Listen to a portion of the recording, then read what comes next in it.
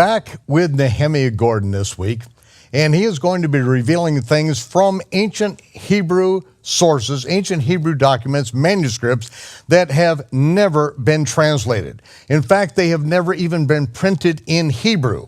He's going to go and take us back because this prophetic utterance that would be called forth in the last days, where the Gentiles and Israel will call upon the name of Yehovah, it has been hidden in plain sight, but not in such plain sight that anyone can see, because the New Testament, Shaul's letters, Paul's letters say that the oracles of God, the communication of God, was committed to the Jews. And instead of the Gentiles trusting in and relying solely on translations and interpretations by Gentiles, 2,000 years and 8,000 miles and culturally completely removed from the land of Israel, having no idea what rabbinic Judaism of the first century that Yeshua was constantly interacting with. Instead of going out completely to Gentile sources, Nehemiah is going to take us into these ancient sources. Ladies and gentlemen, we don't give you one verse answers here at Root Awakening. We want to get into the background on these things, and so this is for those who really want to know the truth, those who have been given the gift of the love of the truth, because you can't get enough truth. If you're just into religion, you probably have already turned the channel. But if you want the truth will set you free. Nehemiah, please take us into the sources now. So last week, Michael, we talked about how scholars, and serious scholars, I'm not talking about wackadoodles on Facebook, I'm talking about serious university scholars who are trying to understand how the name was pronounced, the name of the Father was pronounced in ancient times, will go to the depths of every pagan, magical, and Gnostic source, anybody but the Jews. And it's somewhat of a mystery of why they won't look at Jewish sources. And I started doing some study about this a few months back. I'd read a book in which this one scholar had said, a serious scholar, he said this name Yehovah is a distinctly Christian form, that no Jew ever thought the name was Yehovah, and it was simply the Christians misunderstanding what they saw in the Hebrew manuscripts. And it got me to ask a question I'd never asked before.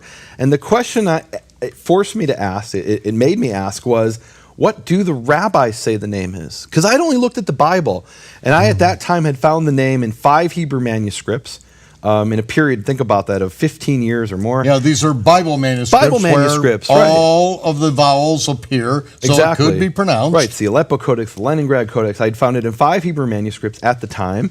But I never even really asked the question, what do the rabbis say the name? And it is a good question. Mm-hmm. So I called my book Shattering the Conspiracy of Silence. And the idea behind that name is that we have an actual conspiracy that's described in the Babylonian Talmud, the Tractate of Kedushin 71a, and it's brought, we even have the name of the head conspirator. His name is Rabbi Bar Bar Chana. It's kind of a hard name to say. Rabbi Bar Bar Chana. And he lived around the year 250 to 300 AD. And he says as follows. He said, sages transmit the 4-letter name to their disciples once in a 7-year period. So what he's describing is, by the year 250, Jews were no longer commonly speaking the name. It had been forbidden by the Romans, and there was an internal reason to suppress people healing in the name. And it's really interesting. We talked last week how there were both Jews and probably also Jews who believed in Yeshua who were healing in the name of the Father, Yud-Heh-Vav-Heh, and the rabbis wanted to suppress this, the Romans wanted to suppress this, so everybody was happy, right? But the rabbis still preserved this name, and they preserved it by transmitting it from rabbi to disciple once every 7 years. So that's a conspiracy of silence. We know, meaning we, the rabbis, know what the name is. We don't want the multitudes, and definitely not the Christians, to know, meaning that was really part of it. They were saying what they defined as Christians or Messianic Jews, Nazarenes, using this name, or as they saw, maybe even abusing the name. We said, let's just ban it. And they said, well, ban it until when the Messiah comes. And they talk about how it's not permissible to speak it in this world, but in the world to come when the Messiah reigns as king, then we'll speak the name. But to preserve the name, they transmitted it rabbi to disciple once every 7 years. So now in that, that was actually a ceremony.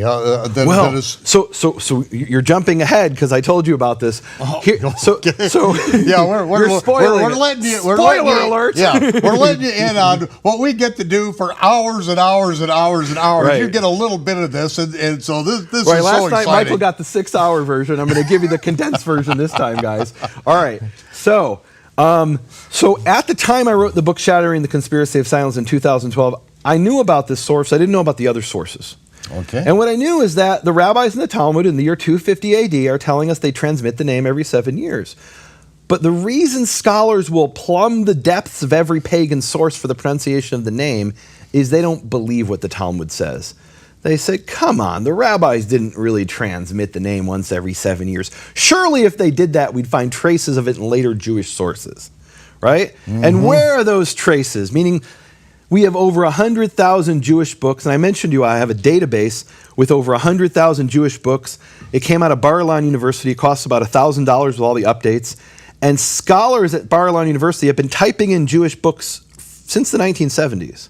To the point where they've gotten to so many books, you can do a search, and you're not looking at all of Jewish literature, but you're looking at a large percentage of every Jewish book that's ever been written. It might be, and I don't know the number, but it's somewhere between 25 and 75% of all Jewish books ever written that have survived, let's put it that way. Mm-hmm. There's other books in manuscript that have never been printed. There's other books that, they'll eventually get to, right? Anyway, and I got to tell you a funny story about this. So I went to get an update. You got to get an update every few years on this database. And I went to get the update, and I paid the money for the update. It was a couple $100. And they say, okay, well, we have a guy in Jerusalem that you can get it from. You don't have to come all the way to Tel Aviv, where Bar-Ilan University is located. So I go to somebody's apartment in Jerusalem, and he's an ultra-Orthodox Jew, and he looks at me and he says, why do you want this database? This is 100,000 books written by rabbis. You're not wearing a kippah. Why would you be interested in this? And I said, I paid the money. Are you not going to give it to me? And, I got all defensive. And he says, no, I'm seriously, genuinely asking. I've never seen somebody who doesn't wear a kippah, who's not an ultra-Orthodox Jew, be interested in a database of 100,000 rabbinical books. And I said, well, I'm a researcher of ancient Jewish sources. All right, no problem.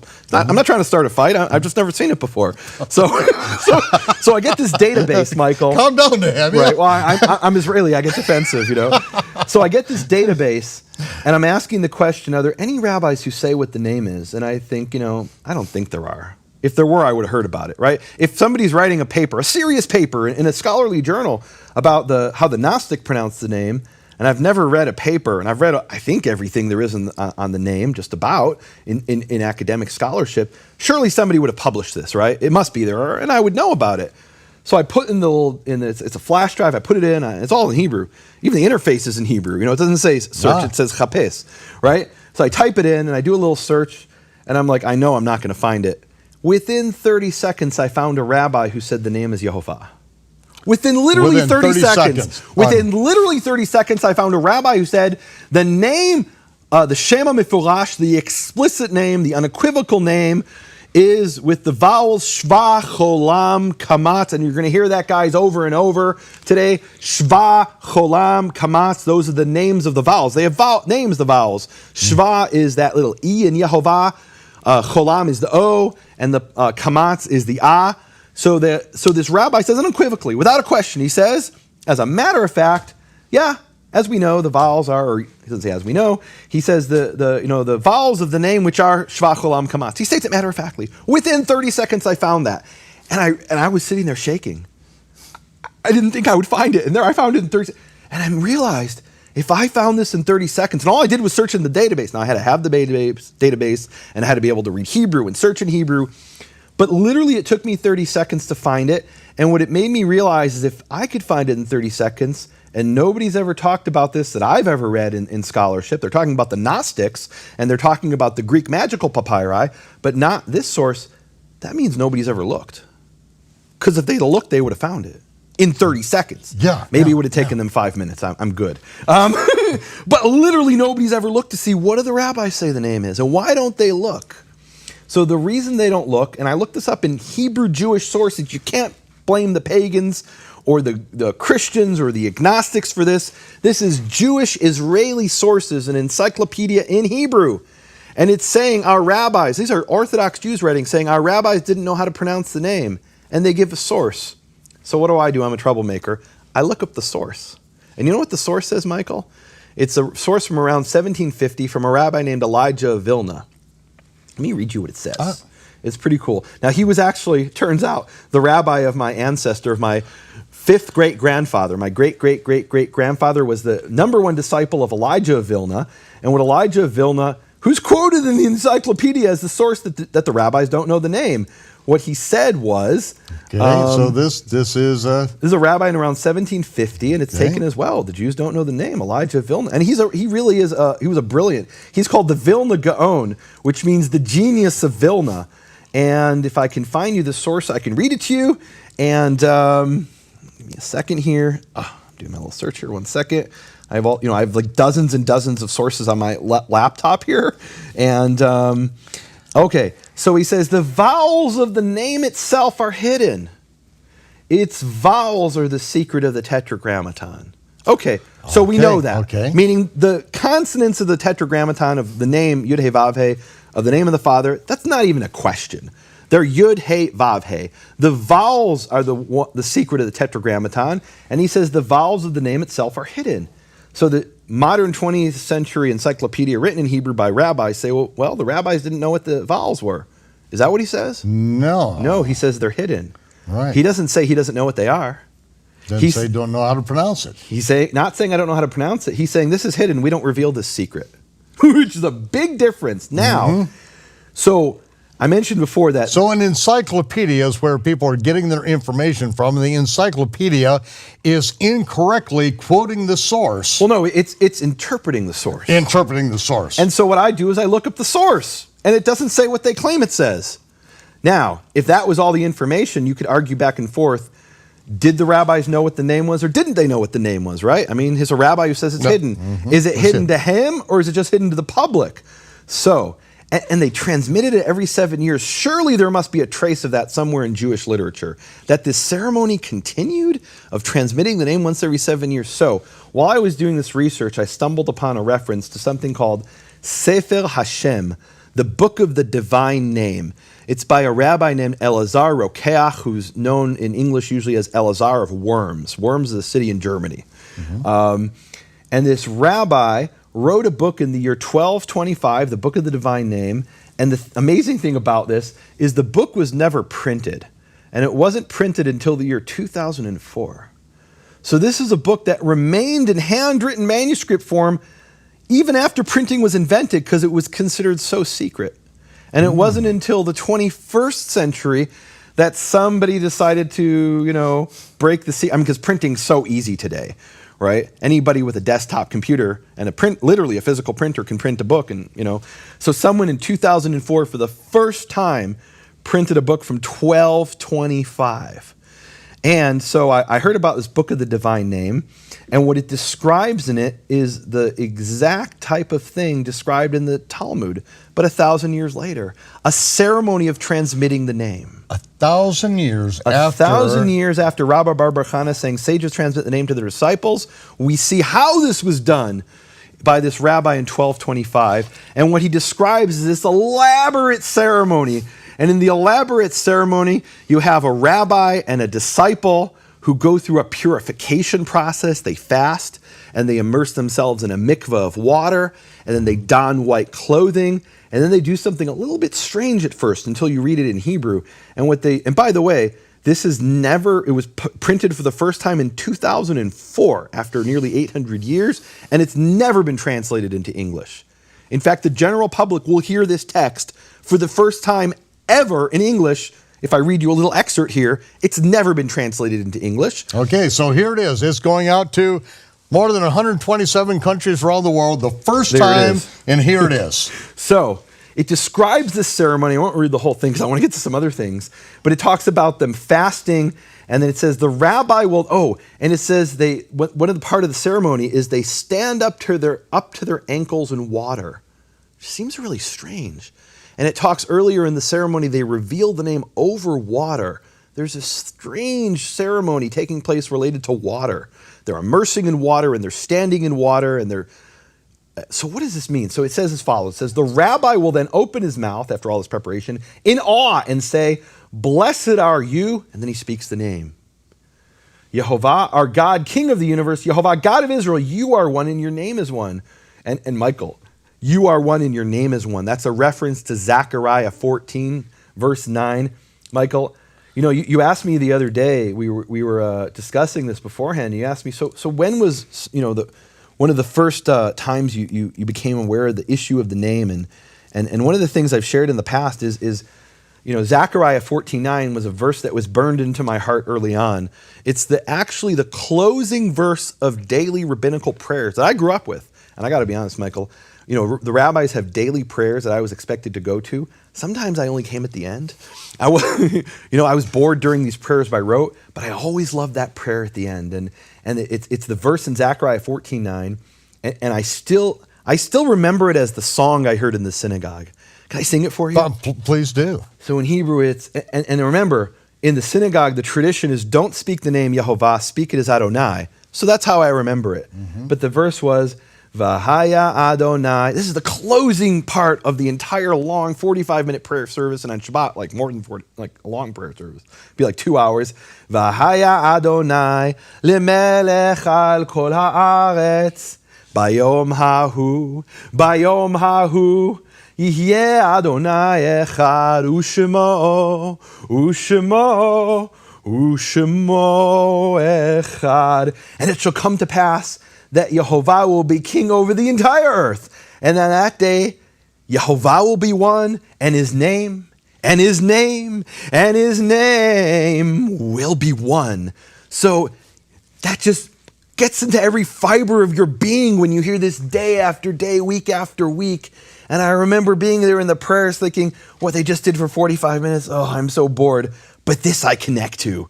The hope that one day Yehovah will be king over the entire earth, here on earth, not in some kind of mystical sense, but we'll have peace over the entire earth with Yehovah as our king, having defeated our enemies, bring peace to the world, and everyone will call on his name will be one. Everyone will call on his name.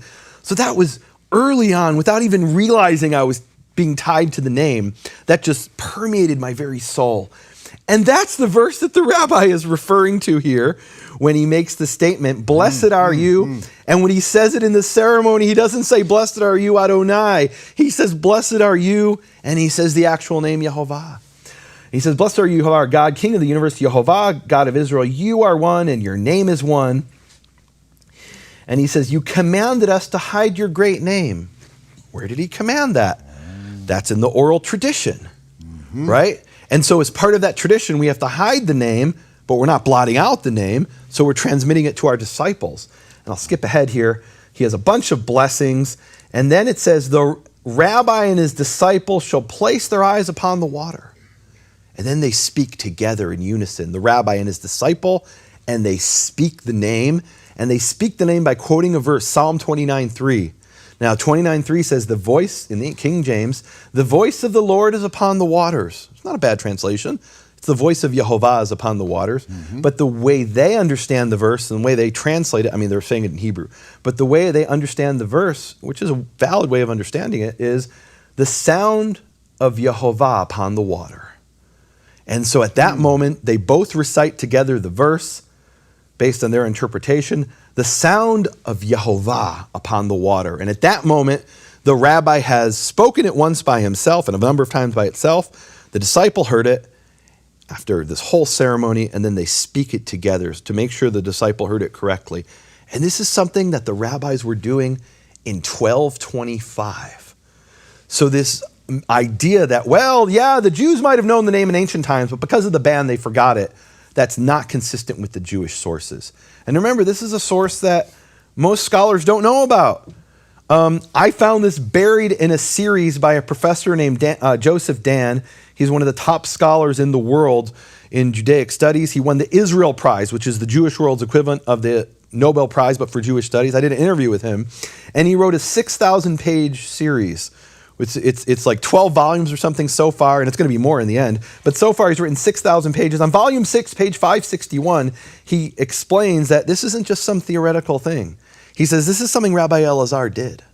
This is an actual ceremony that this rabbi participated in, donned white clothes and dressed, having immersed in water, and then he revealed the pronunciation of the name to his disciple. So what that tells you is we don't need to go to the Gnostic sources or pagan sources or Christian sources who didn't know Hebrew or Latin sources.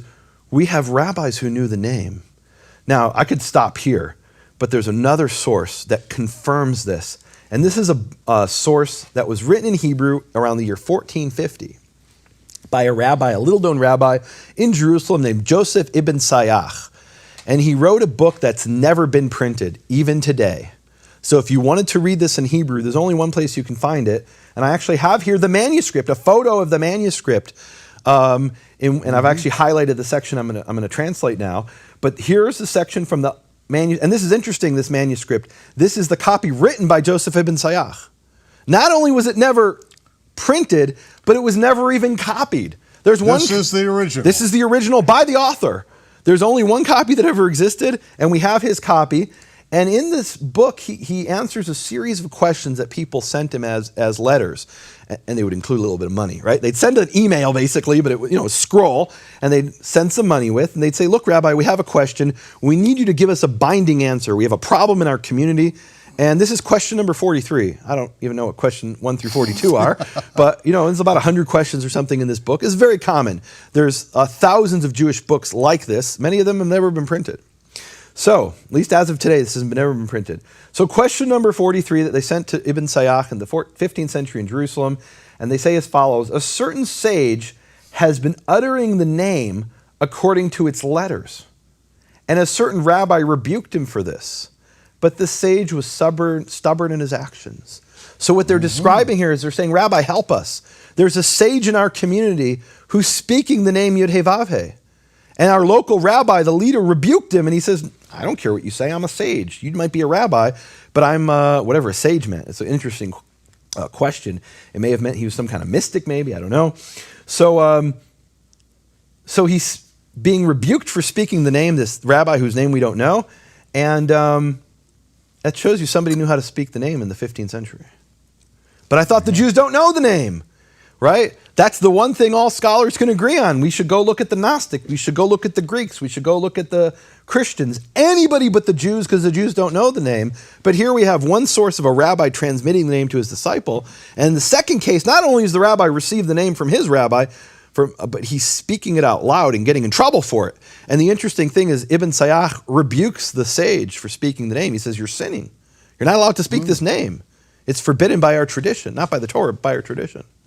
So, what we've established here is that the rabbis did know how to pronounce the name. Now, I have here a map of 16 rabbis from all over the Jewish world, and you can see they go from Spain to Egypt to even Israel, Tzfat and Jerusalem, Eastern Europe, and this is, of course, the modern locations. Some of these go back to the year 1300, rabbis who said the name is Yehovah. Some of them go into the 20th century. Ovadia Yosef, who is the leading rabbi of the Sephardic Jews in Israel, who only died a few years ago in the 21st century, in one of his books, he states matter-of-factly that the vowels are Shvach Olam Kamatz, which is Yehovah. Yeah. I mean, he states it as a fact. Like, it's not even a fact that's in dispute. I don't know if we have time. Can we get to some of them now? Yeah, we can, but perhaps I need to explain. You and I were watching some YouTube videos, done in Israel, of people that were explaining, Gentiles explaining how to pronounce the name, and it was like, stopping every 30 seconds and just laughing because of just things that are just plain dead wrong, not a fact at all. One of the they're speaking as if it's true. Right, well, one of the claims in particular that I've heard from a number of sources, and like I said, there's a serious book by a guy named The Tetragrammaton in Western Christianity, by this scholar who wrote this book in 2015. I think his name is Wilkinson. And in the book, he states matter-of-factly, no Jew ever said the name was Yehovah. That's an invention of the Christians. And I said, challenge accepted. And I sat down and started to do the research, and I'd heard that from other sources as well, but that was a straw that broke the camel's back. This isn't some crazy guy on YouTube who doesn't know Hebrew. This is a scholar who wrote a serious book about the Tetragrammaton as it developed in Western Christian sources. And he's making a statement that these matter-of-factly, sources just blot out immediately. So what he forced me to do was say, okay, are there Jewish sources that say the name is Yehovah? So what we established up until now is there's Jewish sources that say we know what the name is. They don't tell us how it was pronounced. For that, we have to go to other sources. That's one of the painful things in the book of the divine name. They're describing this whole ceremony of the rabbi revealing it to his disciple, but they don't tell us the pronunciation with the vowels. They're torturing us. Mm-hmm. They're almost teasing us, right? Mm-hmm. The rabbi teaches his disciple in 1225, but doesn't tell me. What good is that to me? So I found sources where it does have the pronunciation of the name. And as I told you, the first one I found was one that took me 30 seconds to find once I looked. Before I didn't look, I didn't know about it, didn't really even think about it. But once I asked the question, I was able to find a rabbi within 30 seconds who unequivocally said the name was Yehovah. Now the other ones, I spent months searching and researching. It was not easy at all to find. Yeah, it was actually teamwork. The teamwork was on the something else. This was something I actually did myself. That was the manuscripts of the name, which maybe we'll get to in a future episode. I'm actually talking about rabbis who tell us that the name is Yehovah. And you could say, well, who cares what a rabbi says? And that was actually my attitude at first. And to be honest with me, what's far more important to me, which hopefully we'll get to eventually, which is how the name is written in Hebrew manuscripts. And in Hebrew manuscripts, as of today, I have 52 manuscripts where the name is written as Yehovah. Manuscripts of the Bible. Of the Bible itself. And to me, one manuscript of the Bible written by the scribes who preserved the oracle of God are more important than a million rabbis. But it's worth seeing what these rabbis say, because the claim is, well, no Jew ever thought it was Yehovah. Well, let's see what the rabbis say. Let the rabbis speak. Mm-hmm. And one of the things that has been taught in the Western Gentile Christian world is that Yod-Heh-Vav-Heh, that they inserted the vowels of Adonai in it. That's one of the claims. And that's a fact. That's a fact. That's not true. It's not true. It's just plain not true at all. It's not true at all, and it's not what the rabbis thought either. Gentiles have been telling us for hundreds of years that the Jews have no clue on how to pronounce the name, and so they come up with the most bizarre concepts that you could ever imagine. Well, just as the New Testament says that the communication of God, the oracles of God, were committed to the Jews, and we have with us Nehemiah Gordon to take us back into what do the rabbis say, and he's here with us. Nehemiah, take it away. So, Michael, I have to tell you that if I didn't have these databases that I could search for these sources, there's no way I would have found it. And to date, I found 16 rabbis who say the name is Yehovah. I actually have a study on my website, nehemiahswall.com, called 10 Rabbis Speak Out on the Name, just because 10 sounds better than 16. And also 10 in Jewish tradition is a prayer quorum. If you get together 10 men, that's a prayer quorum, and we have 10 rabbis, technically 16, who say the name is Yehovah. I could have never found this if I didn't have a database that allowed me to search for certain things. And I'll tell you, Michael, I searched those databases for Yahweh, and I couldn't find it. But what I did find is rabbis repeatedly saying that the name is Yehovah. Now, one of the databases I searched, I mentioned before, is a database of over 100,000 books from Bar-Ilan University. And bear in mind, of those, approximately 16, and I say approximately, they're not all in the database. Some of them aren't even in the database. I had to find them in other places. But somewhere around that, around 10 of these sources are in the database, which means around 99,990 rabbis in the database don't tell us how to pronounce the name.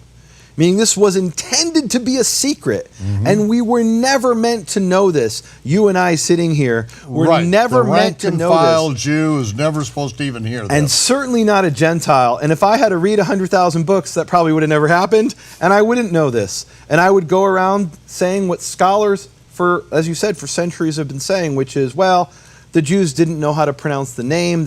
We find it in the manuscripts. But after that, it disappeared and nobody knew how to pronounce the name.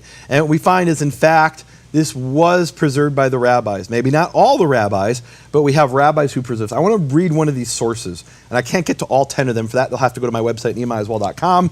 Good idea. I'm going to get this in the segment that we have. I'm going to get as many of these as I can.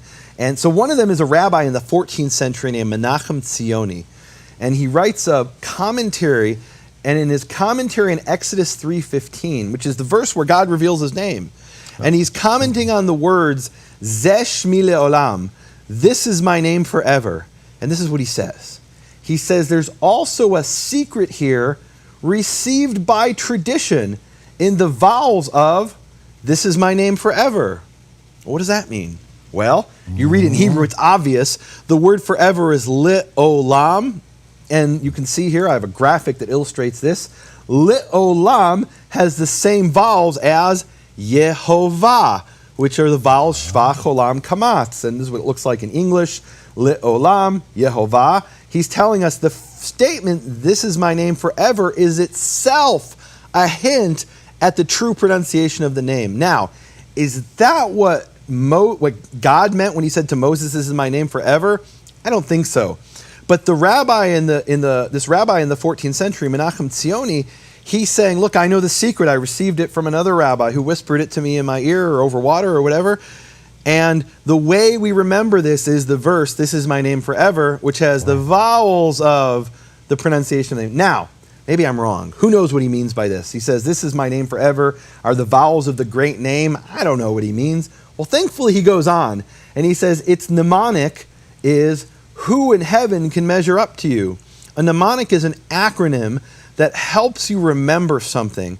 And the Hebrew mnemonic, you'd never get this from the English. And by the way, this has never been translated into English. I'm the first one to translate this into English in 2017.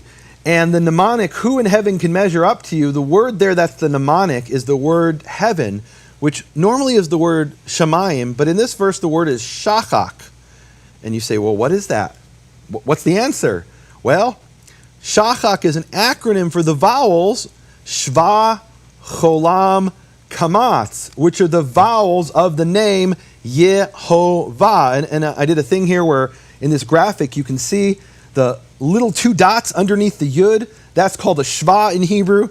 And it's funny because I'll talk to this friend of mine who doesn't know Hebrew, and he's studying these things, and he calls it the Shiwa. But no, we call it the Shva. And then the second vowel there is called a Cholam, and the third is a Kamatz. And if you take the first letter of each of those words, and technically in English it's the first two letters of Shiva, but in Hebrew that's one letter, the Shin, the names of these vowels form the acronym Shachak, which means heaven. So the rabbi has told you it's the vowels of the word Le'olam, it's the vowels that are represented by the word Shachak, and this is the same rabbi. Mm-hmm. And then he goes on, he shares some other things, and I won't go into all of it, but he ends this teaching, or part of it, he says, thus far, this is the most amazing part, Michael. As I'm reading this, I read this months ago, and I'm looking at this Hebrew text, and I was shaking. I was in tears. Here's a rabbi who wrote this in the 14th century, so we're talking like, 1375, right? That's 700 years ago. Nobody's brought this in the discussion on the name, and I'm reading this source, at least nobody I found has brought. They'll bring the Gnostic sources, everybody, but not the Jews.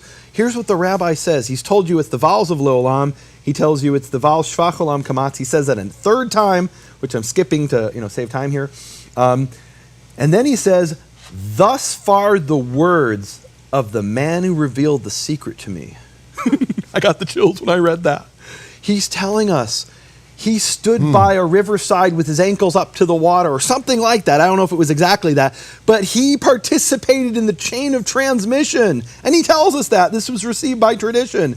And this was revealed to him as a secret by some man. We don't know what man, but he received this as a tradition that the true pronunciation of the name is Yehovah. And the way he was told to remember it is, because if I pronounce a word to you, and you ever probably broken telephone? The way I pronounce it might be different how you pronounce it, and the way she pronounces it, and the way he pronounces it. But if we have these mnemonics and other devices, it helps us preserve the vowels. So if we know that the acronym is Shachak, which is Shva, Cholam, Kamatz, and it rhymes with the vowels of Le'olam, which is Yehovah, there's no way you can get it wrong. And he's telling us, I didn't make this up. This was revealed to me in the 14th century. And this is just one rabbi of 16 that I've discovered so far. There might be more, but one of 16 rabbis who says the name is Yehovah, and he makes it really clear what he's talking about. So that's one rabbi. Let me bring you another one. This other one's kind of interesting, and I want to give you the background first. And I'm keeping my eye on the time. I want to get to I'm not going to get to all 10 or 16. I'm going to get to as many as I can. But so the background to the next one, this rabbi is a rabbi who wrote in 1608. His name is Shabtai Sofer. He's considered the greatest grammarian of the 17th century and the 16th century. And it's interesting because the previous rabbi, Menachem Tzioni, was a mystic. This rabbi is a grammarian. Very different mentalities for rabbis. And he's talking about a passage in the Talmud, which I bring in my book, Shattering the Conspiracy of Silence. The passage says that, look, this ban on the name, it's only for now. In the world to come, we'll speak the name. And here's how they phrase it. They say, this world is not like the world to come. And again, the world to come is, according to the rabbis, the kingdom under the reign of the Messiah on earth. This world, the exile, is not like the kingdom of the Messiah. In this world, the name is written YHVH, and it's read as Adonai. That's the tradition, to read it as Adonai. But in the world to come, it will be one, written YHVH and read YHVH. And of course, they're referring to Zechariah 14:9, which I won't sing again. But they're alluding back to that. Your name will be one, you will be one, your name will be one. So this is what he says in 1608. He writes this, he doesn't publish this in a book. He writes this in a letter to another rabbi, and it was never meant to be printed, but it was. So he writes this as a letter, and we have the letter, and we have the response to the letter, which I'll get to in a few minutes.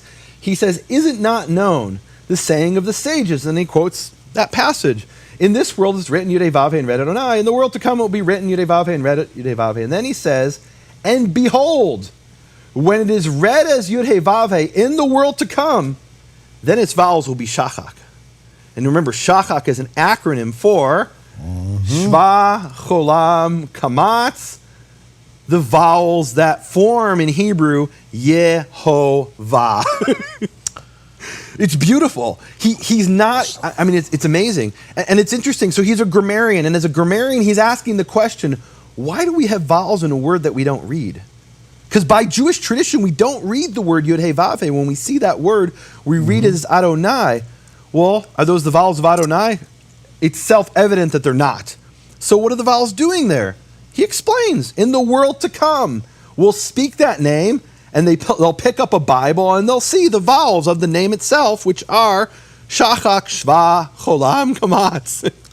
Unequivocal that this rabbi is saying the name is Yehovah, not Yahweh, not Yahuwah, though you don't find that in Jewish sources, not at least that I found, but that it's Yehovah, Shva, Cholam, Kamatz. Now, that rabbi is writing in 1608, and he wrote to a rabbi in Poland named Maharam of Lublin, also known as Mayor of Lublin.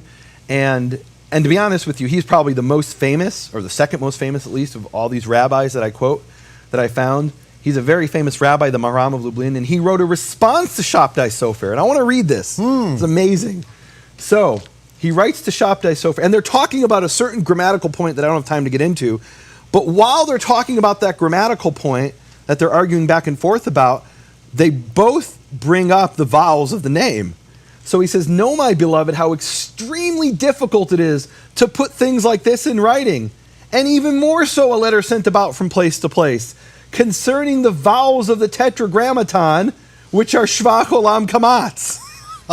He openly says it. He openly says it. Openly. He's not even arguing about that point. He's saying, look, this is really hard to write this. I'm sending this in a letter that's being carried by donkey or something. I don't know who's going to read this letter. You asked me, so I've got to respond to show I'm not, that I know what I'm talking about. And you asked me, I got to respond. Who's the donkey that's delivering it now in 2017? Yeah, I'm the ass that speaks out. I wrote a famous paper called "The Ass Speaks Out" about referring to Balaam's ass. Guys, you go read that on my website, nehemiahaswell.com. So he says straight out, like that's his opening. I mean, not opening, but he's saying that, like that's just the facts we can all agree on concerning the vowels Shva, Cholam, Kamatz, which are Yehovah, Shva, Cholam, Kamatz. And then he says, I found in the words of my grandfather, our teacher, Rabbi Asher Lemel, head of the Beit Din of Krakow, he wrote a holy book called Emek HaBracha, but because of its immense holiness, it was never printed, that it not be used by those who are not worthy. And then he quotes the book of his grandfather. I'm not going to go into it, but I'll read it. Why not? So this is what it says in chapter 34. He's quoting the book of his grandfather verbatim. And it says, concerning the tetragrammaton, its vowels received from Sinai are shvach olam kamatz. There's no room for Yahweh here. It's Yehovah, according to these rabbis. And you could say, who cares what rabbis say? And hopefully in the next episode, if you'll have me back, we'll talk about what it says in the Bible itself in the manuscripts, which is for me. We'll have to do that because these are things that have not been printed, haven't been so many of them have never been seen at all. Many of them have never been seen except by me and this one other person. All right. So here are what rabbis are saying the name is as it was transmitted to them and preserved by them. And he's quoting his grandfather's other sources. I can't bring them all, but I think it's interesting. So he's quoting a book by his grandfather, and he says, look, this book was too holy to print. The book of my grandfather. I have it hand copied because I received it from my grandfather. So I contacted the National Library of Israel, and I said, there's this reference to this book, Emek Bracha, written by Asher Lemel. Do you have it? And they said, well, we have 90,000 Hebrew manuscripts, and we don't have that one. As far as we know, it doesn't exist. And I asked them after I had exhausted all the other databases and resources. And so as far as I know, this book was so holy it was never printed. And because it was never printed, we only have it surviving in a quotation by the author's grandson, Maharam of Lublin, which is amazing. So as other sources, I'm going to skip some of these. Okay, so I love how Maharam of Lublin, this guy, mayor of Lublin, in 1600, ends a letter to Shabtai Sofer. He says, I have one request, that you hide this letter in a pure and holy place and not allow it to be passed around here and there. So he wrote this letter as a response to another rabbi stating matter-of-factly the information. He knew as a secret that the name was Yehovah, and that his grandfather knew as a secret that it was Yehovah. And he said, look, it's hard to write this. Who knows who's going to read it? Make sure that you hide this letter after you've read it. And you know what? When he died, his disciples found a copy of the letter and they printed it. And because of that, we're able to sit here and share this with the entire world. We were never meant to know what's in this letter. This was meant to be a secret. Now, Michael, I was doing this research, and you have to understand, I was waking up and I was going till, it'd be like 9 p.m. at night, and I was thinking, okay, I found this source, and I got to find the other source, 5 more minutes, and it'd be 3 in the morning, and then 5 in the morning, and finally I'd have to go to sleep and sleep for a few hours, and then wake up, and I've shared this with a friend who's a Methodist, and he said, Nehemiah, do you know what we call that in my tradition? I said, no, what? He said, Nehemiah, you're arrested by the Spirit. I said, okay, I wouldn't call it that necessarily, but it's true. I couldn't put this down. I was so engrossed in this. I was finding these sources. There was one source I couldn't find online or in any of my databases, but I found out there was a library or a bookstore, a used bookstore in Jerusalem that had a copy of a certain book I needed. So I called up a friend in Israel and I said, I'm begging you, stop everything you're doing, go to that bookstore, buy the book and overnight it to me. And it took 3 days to overnight it from Israel. I was shaking for 3 days and couldn't sleep while I was waiting. And when I got it, it didn't disappoint. It was amazing, these things. So while I was doing this, Michael, I had to clear my head. My head was spinning. Now, one of the things I've shared, and I think I've shared this with you, I definitely shared it publicly, is that on my mother's side, I'm descended from this famous rabbi named Zalmala of Volozhin, and he, according to my uncle and cousin, was a descendant of King David. And as I was doing this research, looking at these sources, I decided, you know what? I've been sharing that for years, and I'd like to dig down to the sources and find out, is it even true? And I was pretty certain I was descended from Zalmala of Volozhin, but I didn't know how. I knew my great-grandfather, Nehemiah Robinson, after whom I'm named, was his descendant. But how? What are their names? How does it tie in? So I start doing this genealogy research, and I started on Ancestry.com. I mean, really simple. Paid the money. Mm-hmm. I end up on all these different websites.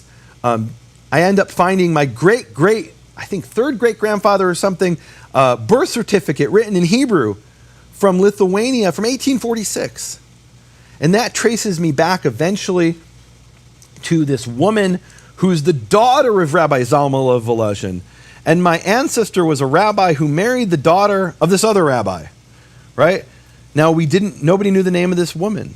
And this is my claim to descending from the famous rabbi, is that his daughter married this other rabbi, and she's my great-great-great-great-grandmother.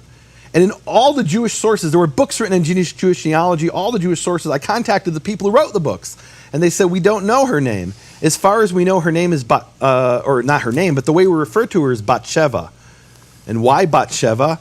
Her father died in 1788 when she was 7 years old. And then she was raised, and when she was a little bit older, she was married off to my ancestor, who was a famous rabbi, and another rabbi. But the real claim to descent that I had, I mean, this is very personal for me, was through this woman who nobody knows the name of. They call her 7-year-old girl. And I found the source of this. It's a book from the year 1900 called Ir Vilna, about the city of Vilnius. And she's described as Bathsheba, the 7-year-old girl, little 7-year-old girl, Bathsheba. And I thought, well, that's kind of tragic, yeah, right? No name. No name. And you know what's really bizarre? So her husband wasn't as famous as her father. We know her father's name and her husband's name, but we don't know her name. Right? So her husband's claim to fame is he married the she was more than 7 when she got married, right? He married the girl who had survived the man in 1788 when she was 7 years old, but nobody knew her name. So I started digging, and I thought, names are so important in Jewish sources and in the Jewish culture. Wouldn't it be wonderful if I could and I had no hope. I literally talked to the man who wrote the book on Jewish genealogy, exchanged emails with him, and he says, we just call her 7-year-old little girl. Nobody knows. And there's actually thousands of Jews descended from her. Like, I'm not unique, right? There's a lot of people descended from this woman, 7-year-old little girl. And I'm digging through these sources. And what happened is there's Jews who went to Lithuania and photographed these sources and transcribed them, and you can search them. And I spent dozens of hours searching these sources, and I ended up finding a Russian census record from 1816. And really, this was a tax record. Meaning, every time a Jew was born and every time a Jew died, they wrote it down in a ledger. The rabbi's job was to write it in a ledger, and the purpose was so that the Russian Empire could tax them. And in the Jewish sources, they don't mention her name, but in the Russian sources, they do, because she was taxable. And her name was Sarah. And I cried when I find out. The name of my ancestor, who nobody, there's thousands of Jews who are descended from this woman, and they call her 7-year-old little girl. And in the tax records, her name is Sarah Nevedel. And I thought, wow, this is amazing. We find out her name, and God's name is such a powerful name. How can that be lost? Right? I mean, here's some woman who really isn't important in history. Besides a few thousand Jews descended from her, nobody ever heard of her. Right? A small group of people in planet Earth. This is the creator of the universe. We should all know his name. It should be proclaimed from every rooftop. Now, Michael, when I sat down to do this little side project to clear my head, what I didn't know, and I discovered through the process, is that not only was I descended from Zalman of Volozhin, which I knew, I just didn't know how, it turns out Mayor of Lublin, Maharam of Lublin, is my 11th great-grandfather.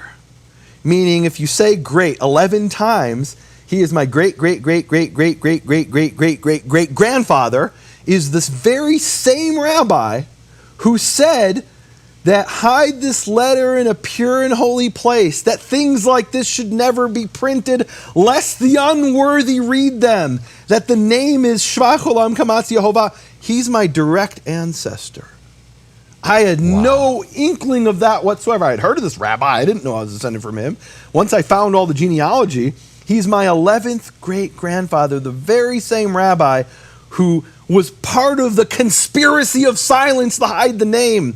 And when I discovered this, I realized throughout my whole life I'd had this burning, nagging feeling, I need to shatter the conspiracy of silence. I even named my book that, to find out what the name is, proclaim it to the world. And I could never fully explain why it is I have this burning feeling like that.